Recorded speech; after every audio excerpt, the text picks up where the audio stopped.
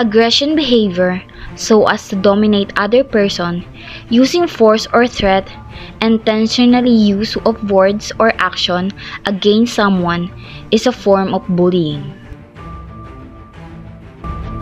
Physical bullying, when someone uses their body or an object to hurt or scare another person, like hitting, blocking, and pushing.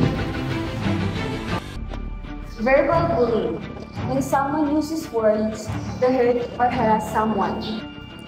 Name-calling, teasing, threats, any words that leaves target to feel ashamed, humiliated, or even afraid. Relational bullying is a hidden type of aggression or hostile behavior where peers harm others through purposeful manipulation and damaging of their peer relationship.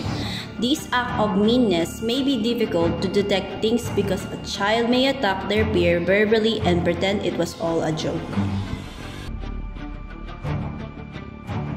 Cyberbullying, the art of technology to harass, threaten, embarrass, or target another person.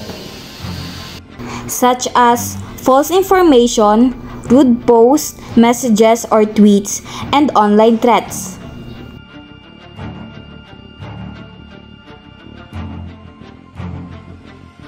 These are the effects of bullying: depression, anxiety, loneliness, sleep difficulties, eating disorder, and poor academic performance.